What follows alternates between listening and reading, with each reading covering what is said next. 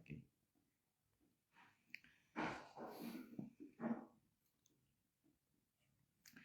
Dua Tawarik berapa? Dua Tawarik 2-5. Ya. Ada yang mau ditanya? Kalau yang pasal 2, Apa itu bait suci? apa itu bait suci, Pak?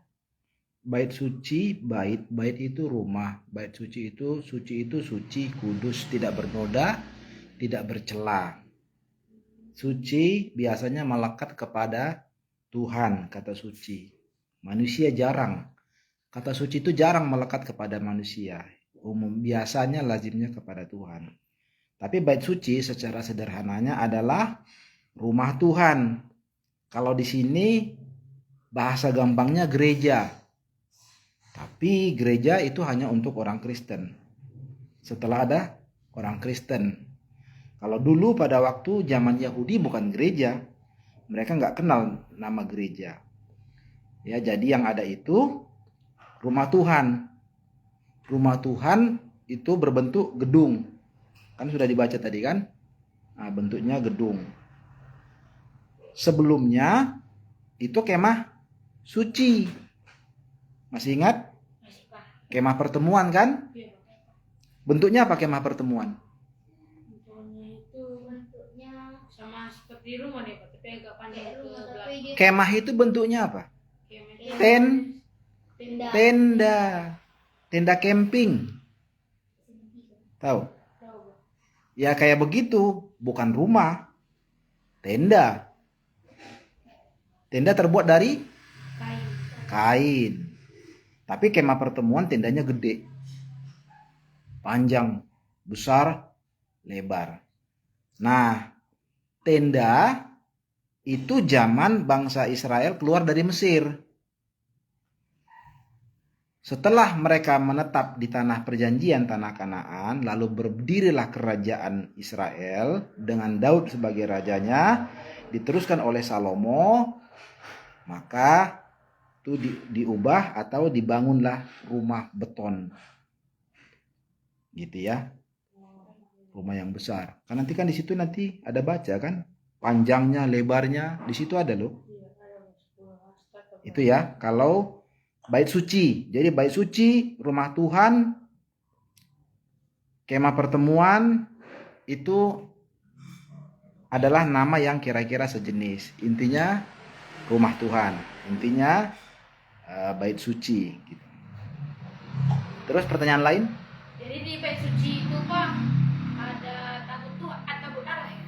Kenapa? Di dalam bait suci itu tetap ada tabut Allah. Ada. Tetap ada. Ada. Di kemah pertemuan ada. Di rumah Tuhan nanti yang dibangun oleh Raja Salomo juga bakal dipindah ke situ. Ditaruh di tengah-tengah paling depan. Di ruang Maha Suci, Maha Kudus. Di ruang Maha Kudus. Ya. Pertanyaan lain? Itu, Pak, bait sucinya kan didirikan oleh Salomo. Jadi bait suci itu mendirikannya di dekat kerajaan dia, atau bukan dekat-dekat kerajaan? Loh, nggak dibaca? Nggak abang baca? Kan ada keterangannya. Bukan di situ, Di mana dibangun? Kan ada keterangannya. Ayo. Ketahuan. Udah baca kan? Coba. Di mana dibangun rumah Tuhan? Ya, belum.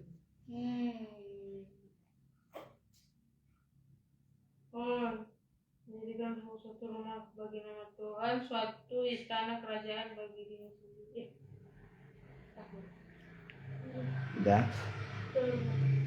Nanti kita baca ya. Yang 2 Tawarik 2 ini sepertinya bukan di situ, tapi ada. Nah, khusus di 2 Tawarik 2, ada yang mau ditanya?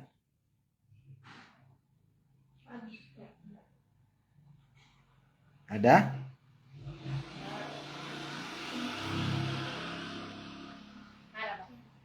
Nggak ada ya? Nggak ada, Pak. Oke.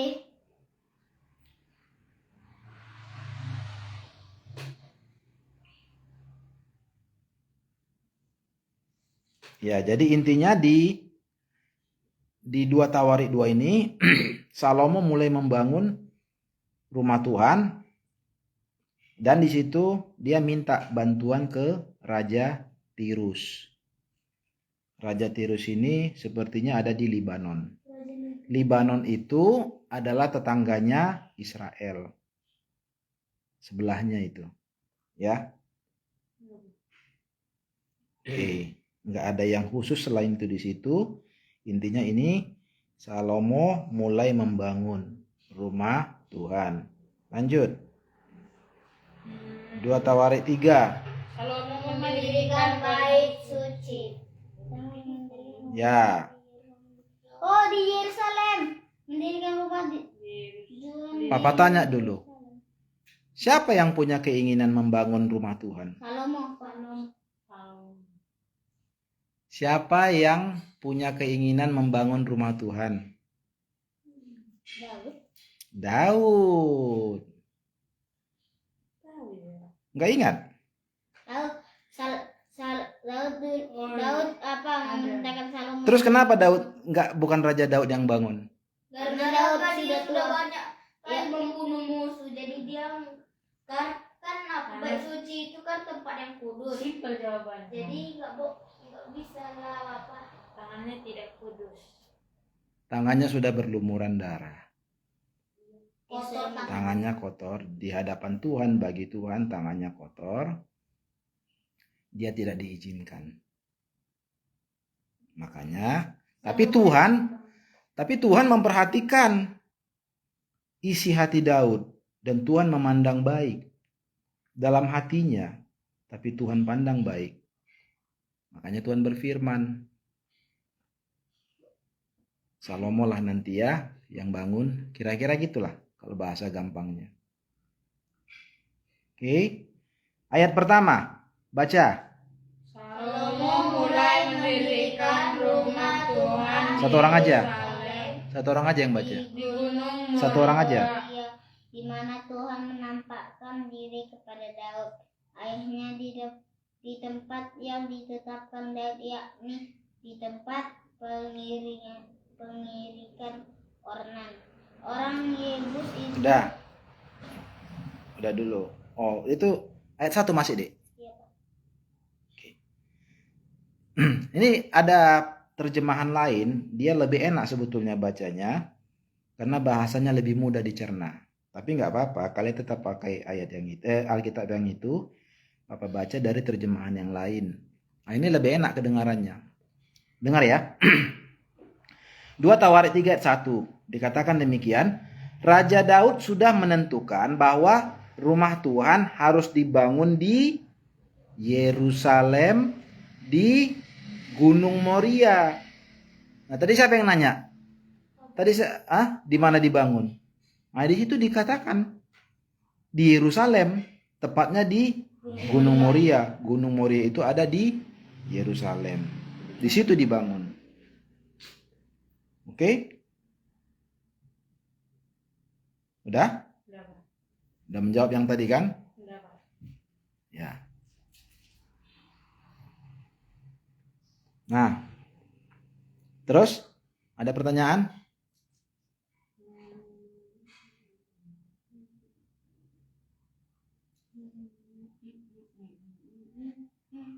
Ada yang menarik di situ?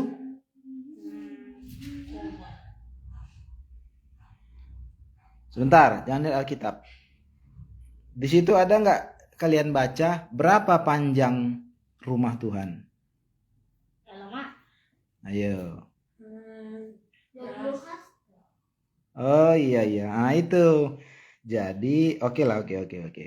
Ya ini nggak usah Papa tanya karena di Alkitab yang terjemahan baru yang kalian pegang itu masih menggunakan bahasa lama. Nah Papa baca ya yang terjemahan yang lain. Panjang rumah itu, maksudnya rumah itu 27 meter. Jadi dia sudah pakai meter. Kalau hasta kan kita kurang paham kan? Nah, di terjemahan yang lain itu panjangnya 27 meter. Lebarnya di situ berapa? Ditaruh. Lebarnya 20 hasta, Pak. Di sini lebarnya 9 meter. Ya, coba bayangkan, semanalah 27 meter itu. Panjang ya, dari belakang ke depan itu namanya panjang. Dari samping kiri ke samping kanan itu namanya lebar. Iya, Supaya paham. 20 hasta. Apa yang disebut panjang? Dari belakang ke Depan. depan. Apa yang disebut lebar? Dari Samping kiri ke samping kanan. Jangan selalu lupa itu. Itulah ukuran panjang dan lebar. Iya, Pak. Jadi panjangnya 27 meter, lebarnya 9 meter. Tingginya berapa di situ? Tingginya 120 hasta, Pak. Ya, di sini tingginya 54 meter. Ini berapa meter?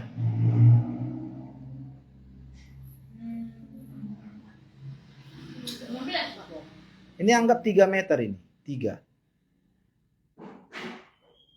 Bayangkan, kalikanlah ini kira-kira 20 kali ke atas. 20 kalinya ini ke atas.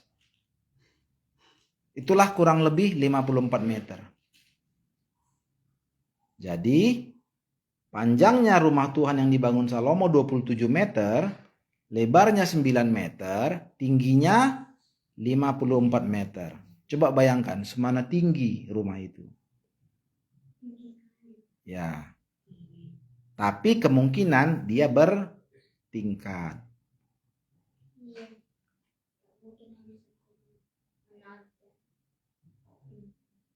Iya. Ya. Oke. Itulah dia.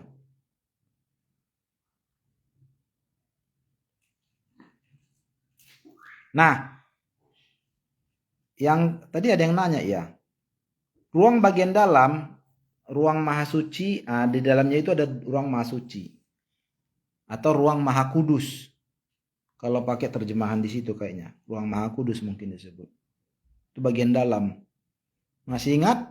Siapa aja yang boleh masuk ruang maha kudus? Imam, Pak. Salah, nggak tepat. Salomo. Siapa saja yang boleh masuk ruang maha kudus? Enggak. Salomo. Tidak. Mulai dari kemah pertemuan lah. Waktu bangsa Israel masih di padang gurun berjalan. Musa. Tidak bisa juga. Imam besar. Imam besar cuma satu. Jadi tidak lazim dibilang imam-imam besar. Imam besar. Imam besar. Jadi yang boleh masuk ruang maha kudus adalah Imam besar. imam besar. Yang kuatlah suaranya. Kan apa bilang? Yang boleh masuk ruang kudus adalah Imam besar. imam besar.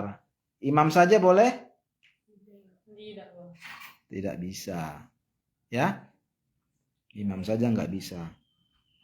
Nah, apa yang terjadi kalau bukan orang yang boleh masuk ke ruang maha kudus?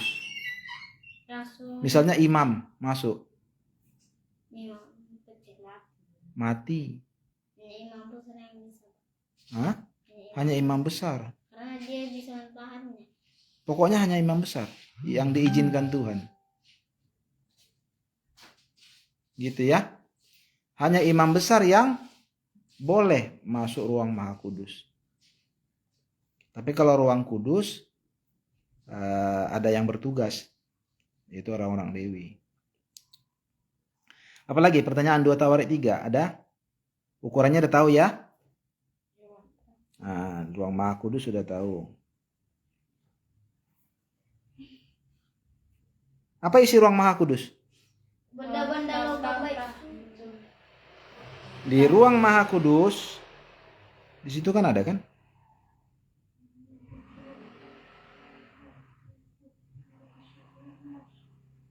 Ada nggak di situ?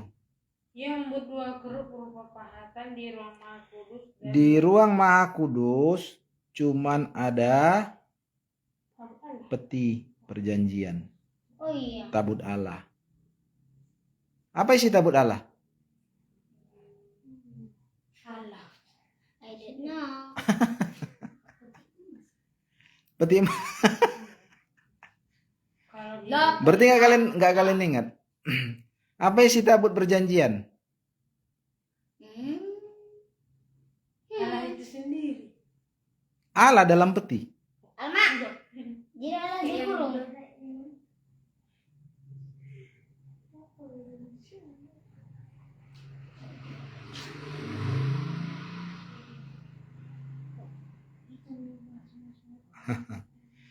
Isi tabut perjanjian 2 loh batu. Cuman itu. Firman.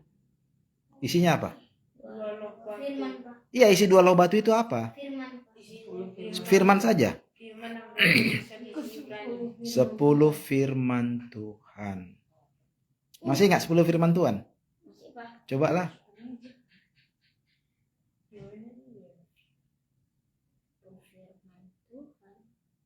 Masih ingat? Pak.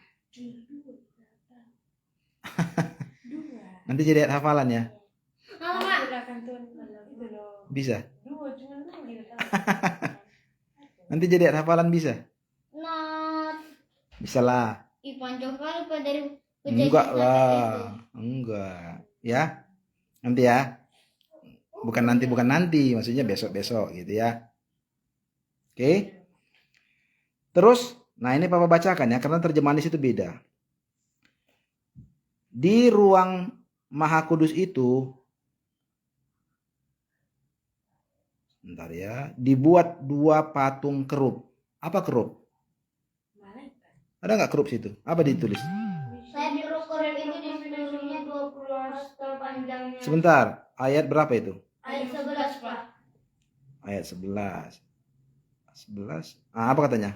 Ya, Sayap yang sebelah seluruhnya 20 hasta panjangnya. sayap yang sebelah kerub yang satu 5 Ya. hasta panjangnya. Oke, Dan menyentuh dinding ruang. sudah. Sudah, Bapak tanya sekarang. Apa kerub? Sayap. Malaikat. Apa kerub? Kerub adalah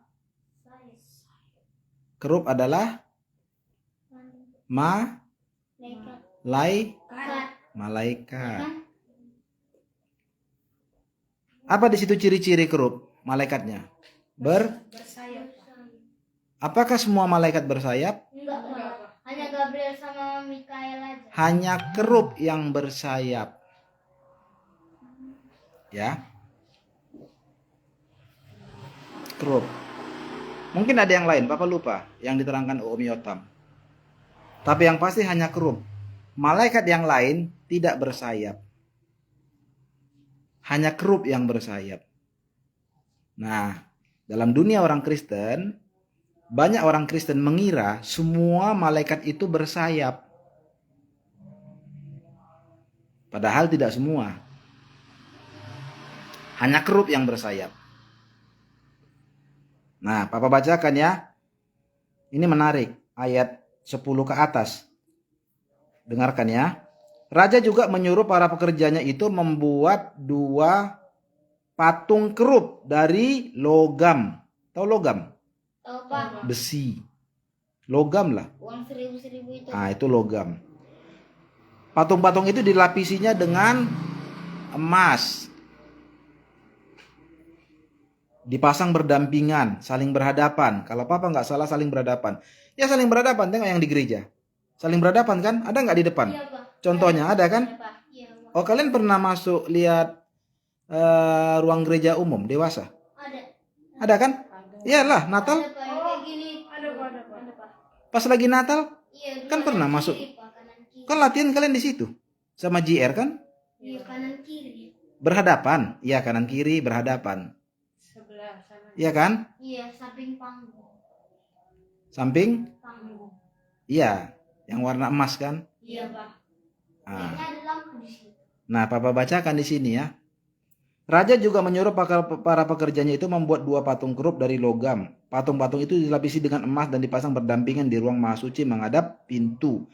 Setiap kerub mempunyai 2 sayap masing-masing panjangnya, maksudnya masing-masing sayap panjangnya 2,2 meter. Jadi satu sayap 2,2 meter, satu sayap lagi 2,2 meter. Oh, Semana panjang lah itu. Apa tadi ada? Bisa kalian bayangkan? Hah, segitu? Enggak, lebih panjang lagi. Nih. Digabung 2 meter. Kursi, Mana? jendela, pintu Itu dari pintu itu dari bawah ke atas. ke sana. Itu. Itu panjangnya. Burung aja Pak bisa terbang tinggi. Panjangnya begitu ke sana. Satu lagi ke sana. Berarti berapa meter itu? 4,4 meter. Apa tadi? Jadi satu kerub total panjang sayapnya itu berarti 4,4 meter. Belum termasuk badannya. Katakanlah totalnya 4,5 meter. Jadi bayangkan merentanglah sayapnya itu 4,5 meter. Satu kerub. Dah, itu ya panjangnya 2,2 meter. Terus sayapnya mengembang sehingga ujung-ujung sayap yang depan itu saling bersentuhan kayak yang di gereja. Kayak yang di gereja, iya. Tahu. Iya bersentuhan yang depan. Ya gini. Yang belakang itu sampai ke dinding belakang kiri kanan. Iya. Intinya besar sekali. Dan kemungkinan kalau mendengar orang-orang yang pernah melihat malaikat, kesaksian-kesaksian lah kita bilang, malaikat itu memang ukurannya di atas manusia. Umumnya rata-rata mereka bilang malaikat itu tingginya 2,5 meter. Jadi hampir sampai langit-langit itu. Nah, bisa sekarang membayangkan semana besarnya malaikat? Ya, gitu ya. Berarti Pak, bukan sebadan kita. Enggak lah, Lebih besar. lebih besar dari kita. Lebih tinggi tepatnya, bukan lebih besar. Berarti rumah Tuhan lebih tinggi daripada mereka. Kenapa? Berarti rumah Tuhan lebih tinggi dari. Ya makanya tingginya tadi berapa meter? 54 meter kan? Iya kan? Tadi udah Papa baca. Berapa panjangnya? Ayo ulang lagi. Oh, Berapa panjangnya? 9 meter. 27 meter. Berapa lebarnya? 9 meter. Berapa tingginya? 54 meter. Berapa panjang sayap kerub? Satu sayap? 2,2 meter. Ya. Oke. Nah, itulah 2 Tawarik 3. Ada yang mau ditanya? Ada? Lanjut. Dari 4. 2 Tawarik 4. Tapi ini benda-benda logam suci. Ya, intinya di sini Raja Salomo membuat mesbah. Mesbah itu adalah tempat membakar korban bakaran. Sama dibuatnya bejana tempat air yang sangat besar. Ya. Hah? Bejana itu kayak pernah nggak lihat guci masak opung boru, masak ikan mas arsi? Yang segini dia, tanah liat segini. Oh. Nggak pernah ya? Gentong. Oh, nanti kita lihat di internet atau nggak ada lagi contohnya ya. Ada. Itu dibuat sangat besar. Kendi tahu kendi. Iya tahu yang besar itu. Guci yang di rumah opung tahu? Tahu. Nah, jenis itu yang kayak yang ada bulat-bulat kayak abang. Oh itu. Ya. Itu.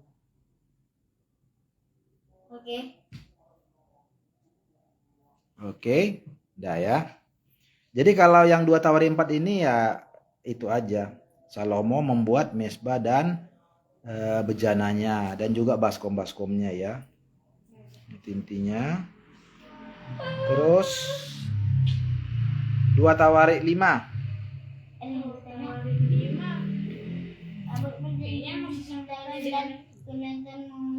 Nah, 2 Tawarik 5 ini di situ intinya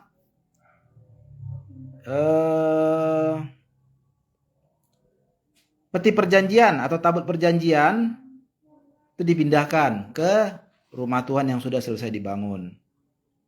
Dah. Baru kemah pertemuan itu juga dibawa ke situ, dimasukkan ke dalam. Oke. Nah, itu aja intinya. Dan tabut perjanjian itu atau peti perjanjian itu diletakkanlah di bawah kerup tadi. Di bawah kerup tadi. Itu dibuat. Pak, di situ aja, Pak.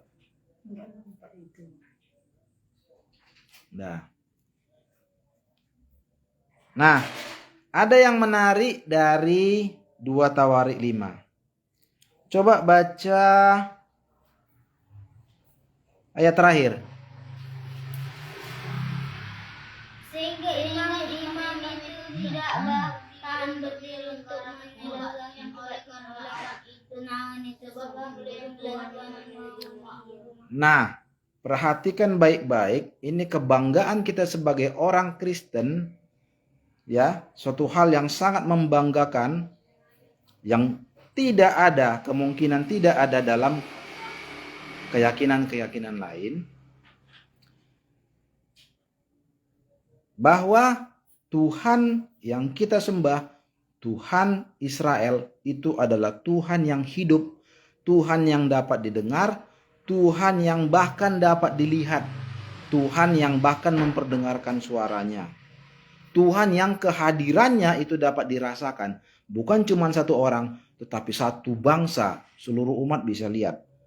Nah, Papa bacakan itu di ayat terakhir, tapi yang pakai terjemahan yang ini ya, karena bahasa kalimat di sini lebih menarik, lebih enak didengar. Nah, tapi Papa bacakan dulu dari ayat 13 ya, dengar. Semua imam yang ada di situ dari semua kelompok mempersiapkan diri untuk upacara itu. Semua penyanyi dan pemain musik. Jadi ada lengkap ya, penyanyi, pemain musik. Oke? Itu mereka mempersiapkan. Dan itu khusus dari suku Lewi. Enggak ada dari suku yang lain. Ayat terakhir. Pada waktu para imam keluar dari rumah Tuhan itu, tiba-tiba rumah itu penuh dengan cahaya kehadiran Tuhan, sehingga mereka tidak dapat meneruskan upacara ibadah. Begitu luar biasanya kehadiran Tuhan dalam bentuk cahaya terang, sampai mereka untuk ibadah pun terganggu dan harus stop. Harus berhenti. Jadi Tuhan yang kita sembah itu bukan Tuhan yang dalam hati saja, oh kita angan-angankan saja, oh kita bayang-bayangkan. Enggak. Pada zaman dahulu, pada zaman bangsa Israel, bahkan sampai Raja Salomo, Tuhan itu kehadirannya betul-betul nyata. Luar biasa. Tuhan yang kita sembah adalah Tuhan yang hidup. Itu kebanggaan kita. Tertulis di Alkitab. Disaksikan oleh banyak orang. Paham? Paham ya? Ya, Pak. Jadi mereka waktu ibadahnya terpaksa berhenti. Karena apa? Tiba-tiba Tuhan hadir. Nggak bisa lagi. Karena terlalu silau barangkali. Sehingga mereka nggak bisa lagi konsentrasi. Bahkan dalam ayat yang lain ada disebut ketika Tuhan hadir. Oh, Yohanes, Nabi Yohanes dalam kitab Wahyu, ketika Tuhan Yesus hadir, dia sampai rebah ke tanah. Saking silaunya. Baru ada yang lain lagi, nabi-nabi yang lain, ketika Tuhan hadir sampai rebah ke tanah. Saking silaunya, saking kemuliaan Tuhan itu tidak sanggup dihadapi dengan tetap berdiri. Susah kita bayangkan, tapi seperti itulah. Nah, jangan khawatir, nanti sesudah kita mati, baru nanti kita lihat seperti apa yang dibilang Alkitab itu. Senang nggak? Senang, Pak. Senang kan? Enak kan? Mantap? Mantap lah. Tidak. Ya, 2 Tawarik 5. Ada yang mau ditanya lagi? Ada yang mau ditanya? Nggak ada? Oke lah. Oke, itu dulu. Habis? Habis. Oke, sekarang giliran kalian ajak kawan-kawannya yang anak sekolah minggu, anak remaja. Ayo baca Alkitab sama-sama setiap hari, bilang gitu ya. Ya kok iya aja. Ayo kawan-kawan, anak sekolah minggu, anak remaja, yuk ngomong. Bisa Ivan Jogja. Ayo coba, jangan lama-lama. Dah kastel, kalau abang terlalu lama. Nanti. Aku nggak tahu. Ayo kawan-kawan, ajak keluarganya untuk diskusi kita, ajak keluarga. Iya. Iya. Jangan lupa untuk menghafal ayat hafalan bersama keluarga kalian. Sampai jumpa. Sampai Tuhan Yesus memberkati.